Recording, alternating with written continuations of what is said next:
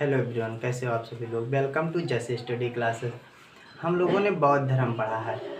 उसी के कुछ समय बाद बौद्ध धर्म के 24वें तीर्थंकर महावीर स्वामी आए। तो उस समय फिर से बौद्ध धर्म का एक बार परचम फैला। हम कह रहे हैं फिर से, मतलब ये बहुत पुराना धर्म है। ये शायद सिंधु घाटी सभ्यता का समय है। इसका संबंध जो इसके तीर्थंकर हैं, पहले उनका कृष्ण के संबंध में बताया जाता है कि उनके कुछ सगे संबंधी थे। तो ये जैन धर्म में जैन शब्द की उत्पत्ति जिन से हुई है। जैन शब्द की उत्पत्ति किससे हुई है? जिन शब्द से। जिन, मुख्यतः ये जिन जो है वो महावीर स्वामी के लिए प्रयोग किया जाता है। जिन का अर्थ होता है विजेता। विजेता मतलब कोई लड़की या लड़का नहीं। विजेता मतलब जिसने अपने इंद्रियों पर क्या हो, काबू पा ली हो। जिसने अपने इंद्रियों पर काबू पा लिया हो उसी को विजेता कहा जाता है, यानी इंद्रियों का विजय कर लिया हो। इसका जो पुराना नाम था वो निर्ग्रंथ था। निर्ग्रंथ मतलब जो निर्ग्रंथ का अर्थ होता है जो संसार के सभी बंधन तोड़ चुका हो, निर्ग्रंथ। इस धर्म का पुराना नाम क्या था? निर्ग्रंथ। निर्ग्रंथ इसका पुराना नाम था।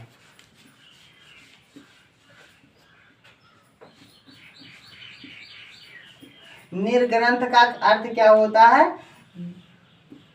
जो अपना संबंध संसार से तोड़ चुका हो उसको निर्ग्रंथ कहते थे।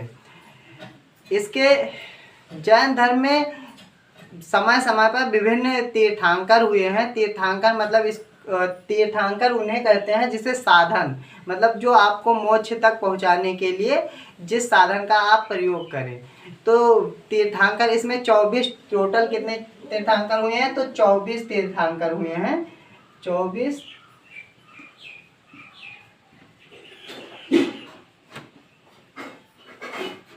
हुए हैं। 24 तीर्थंकर हुए हैं। इसके प्रथम जो तीर्थंकर हैं वो ऋषभ देव हैं, जिसको हम आदिनाथ के नाम से जानते हैं। ऋषभ देव जो है प्रथम तीर्थंकर कौन है?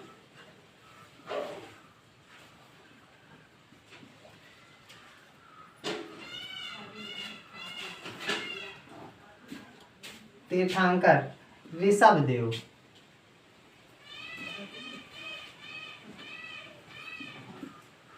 इनका नाम जो अन्य नाम है आदिनाथ।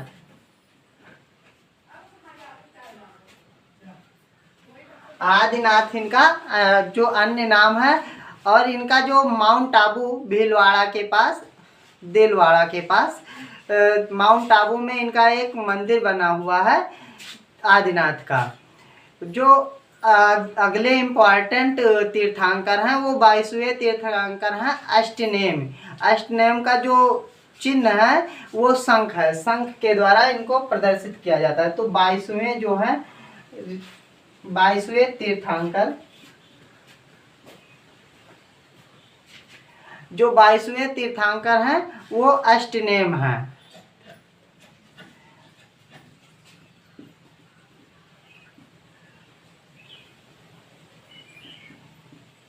अष्टनेम या अष्टनाथ भी कहीं कहीं ये लेख मिलता है।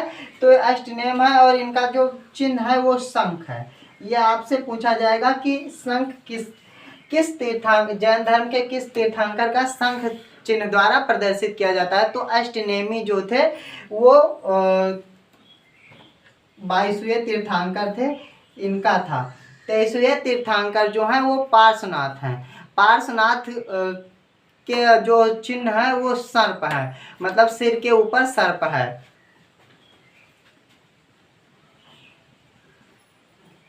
नाथ, पार्श्वनाथ का जो चिन्ह है वो क्या है? सांप, सिर के ऊपर क्या है, सांप है पार्श्वनाथ के। ये प्रथम ऐतिहासिक तीर्थंकर हुए जिनके बारे में कुछ जो साक्ष्य हैं वो मिलते हैं। ये मतलब जैन धर्म के प्रथम ऐतिहासिक तीर्थंकर।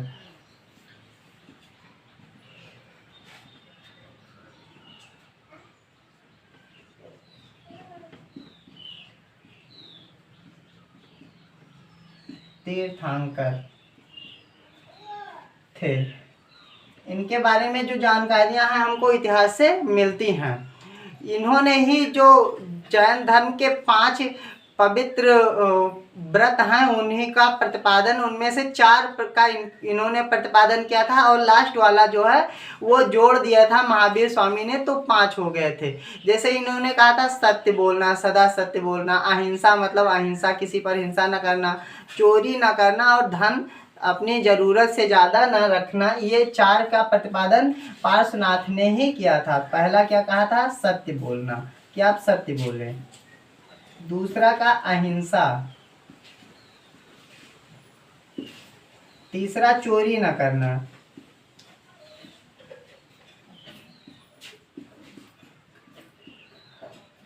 और चौथा जो है वो कहा था कि जरूरत से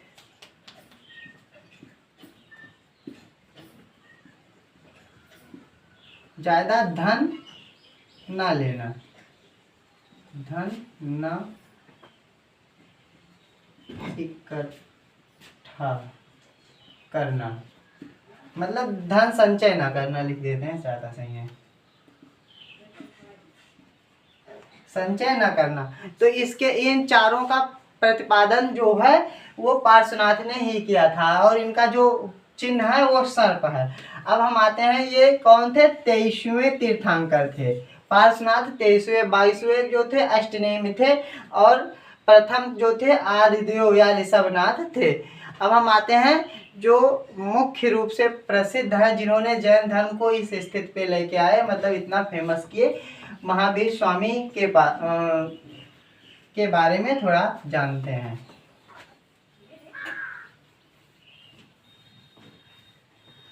तो महावीर स्वामी को वास्तविक संस्थापक कहा जाता है। वास्तविक संस्थापक कौन है, महावीर स्वामी है। महावीर स्वामी ये क्या है, वास्तविक संस्थापक माने जाते हैं।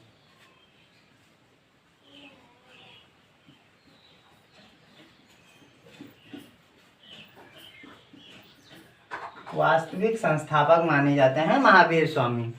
महावीर स्वामी का जो जन्म है वो 540 BC में हुआ था, कुंडल ग्राम वैशाली में। जन्म कहाँ हुआ था,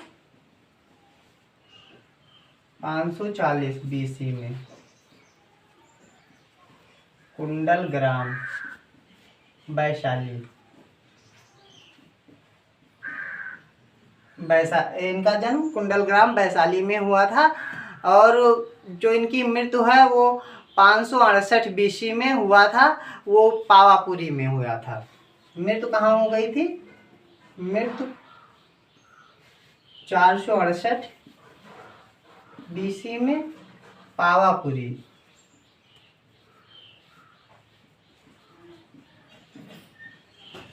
पावापुरी में इनकी मृत्यु हुई थी। इनका मूल नाम की बात किया जाए तो वर्धमान इनका मूल नाम था। मूल नाम क्या था, वर्धमान।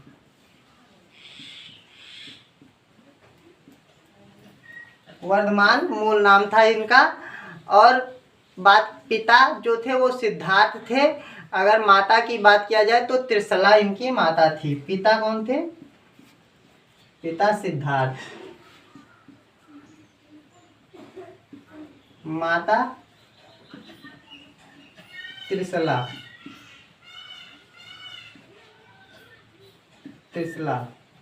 इनकी माता का नाम त्रिशला था। पत्नी जो थी वो यशोदा थी। पत्नी का नाम क्या था, पत्नी यशोदा। और जो पुत्री थी वो प्रियदर्शनी थी। पुत्री कौन थी, प्रियदर्शनी। प्रियदर्शनी थी। और जो इनके दामाद थे उनका नाम शायद जमाली, दामाद जो थे जमाली या जमालिन कहीं कहीं पर मिलता है। इनके जो इन्होंने प्रथम उपदेश दिया था वो अर्धमगधी भाषा में था। इनका प्रथम उपदेश किस में था? उपदेश अर्धमगधी। और उसके बाद क्या हो गई, इनकी जो भाषा हो गई वो प्राकृत भाषा हो गई। प्राकृत भाषा मतलब ये दो भाषाओं में इन्होंने उपदेश दिया है।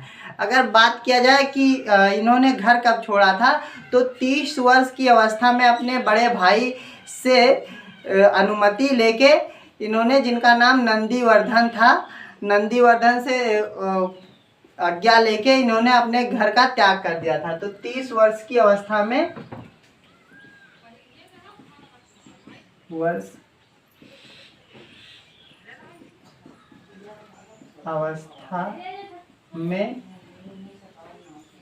गृह त्याग,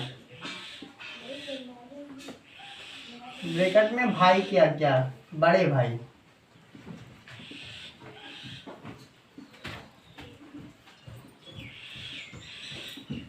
आज्ञा, बड़े भाई की आज्ञा से, जिनका नाम नंदीवर्धन था, उन्हीं से लेकर इन्होंने 30 वर्ष की अवस्था में गृह त्याग किया। और इन्होंने जो है 12 वर्ष की कठोर तपस्या की। 12 वर्ष की कठोर तपस्या साल वृक्ष के नीचे, त्रिजुपल्लिका जो नामक एक नदी थी, रिजुपल्लिका यानी साल वृक्ष के नीचे, साल वृक्ष के नीचे रिजु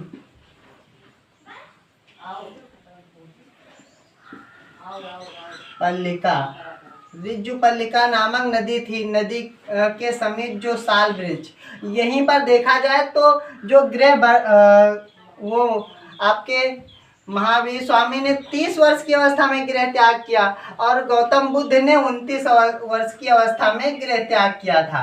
और उन्होंने पीपल वृक्ष के नीचे फल्गुनी नदी, आधुनिक फल्गुनी नदी के समीप पीपल वृक्ष के नीचे तपस्या की थी। और इन्होंने साल वृक्ष के नीचे रिजुपल्लिका, 29 वर्ष तो ये उनका हो जाएगा 30 वर्ष की अवस्था में। और 12 वर्ष की कठोर तपस्या जब इन्होंने की तो इनको ज्ञान प्राप्त हुआ। 12 वर्ष की कठोर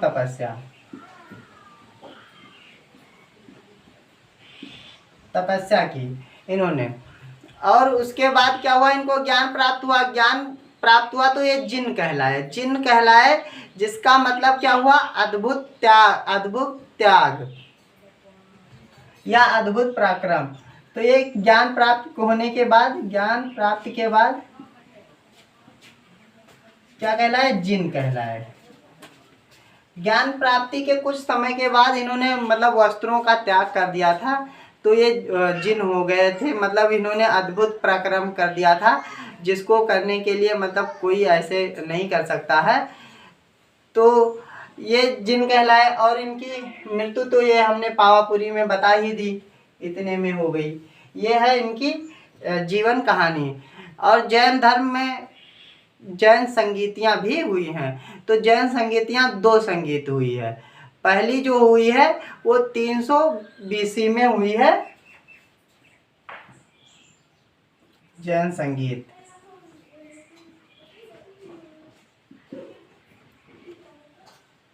पहली संगीत 300 BC में। इस संगीत से क्या हुआ, ये पाटिलपुत्र में हुई। स्थूलभद्र जो थे इसके अध्यक्षकर्ता थे और चंद्रगुप्त मौर्य जो थे उस समय के शासक थे। तो इससे क्या हुआ, स्थूलभद्र ये अध्यक्ष थे और चंद्रगुप्त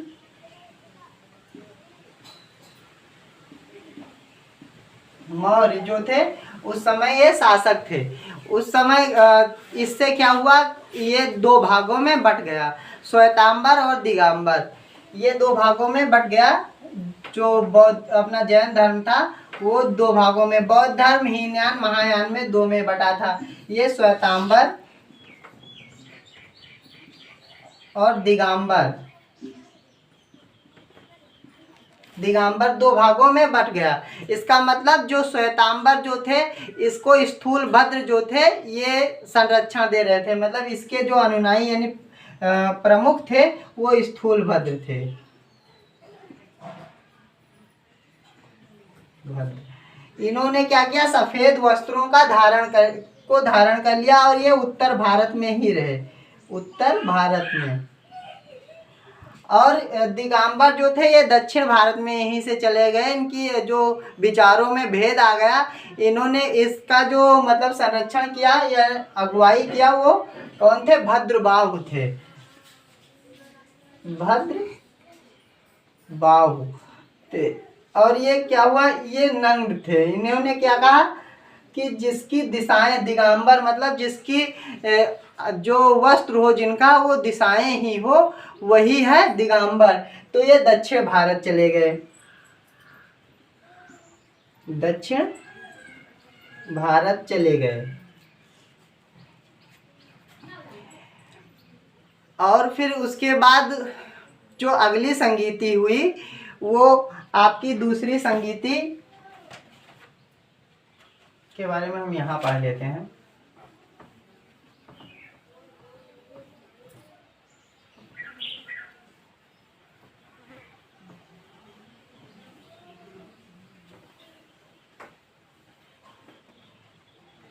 जो दूसरी संगीति हुई वो गुजरात में हुई, वल्ली में, 512 बीसी में। 512 बीसी में कहाँ हुई, वल्ली में हुई। ये गुजरात में स्थित है। तो ये वल्लवी ये कहाँ स्थित है, गुजरात में स्थित है। इसके जो अध्यक्ष थे उस समय के जो शासक थे ध्रुवसेन प्रथम थे। ध्रुवसेन प्रथम शासक कौन हो जाएंगे, ध्रुवसेन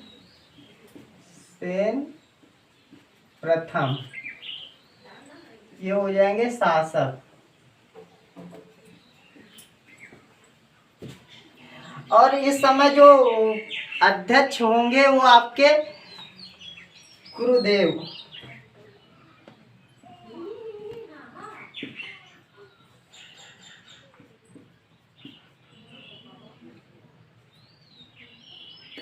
देवाधिगण, ये हम कह नहीं पाएंगे।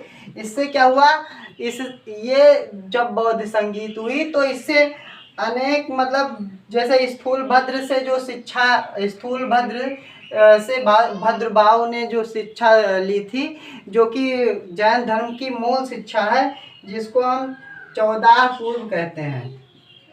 14 पूर्व ये जैन धर्म की मूल शिक्षा है। ये भी पूछा गया है कि ये किसने किससे सीखा, तो स्थूल भद्र ने बाहुभद्र से सीखा था। स्थूल भद्र ने भद्रबाहु से इन्होंने सीखा था। ये हुआ। अब इसी के साथ थोड़ी सूर्य मंदिर के बारे में जान लेते हैं। 13वीं शताब्दी में क्या हुआ कि एक भव्य जो विशाल सूर्य मंदिर का निर्माण कोणार्क में हुआ। इसका निर्माण जो है नरसिंह देव ने कराया था। ये मतलब कई जगह पर सूर्य मंदिर है, लेकिन सबसे जो प्रसिद्ध सूर्य मंदिर है वो कोणार्क की सूर्य मंदिर है। वीडियो देखने के लिए धन्यवाद। और इसके बारे में हम लिखते नहीं, ऐसे आप जान लीजिए। और शॉर्ट वीडियो में बौद्ध धर्म तथा जैन धर्म के शॉर्ट वीडियो आएंगे, आप ज़रूर देखें। Thank you.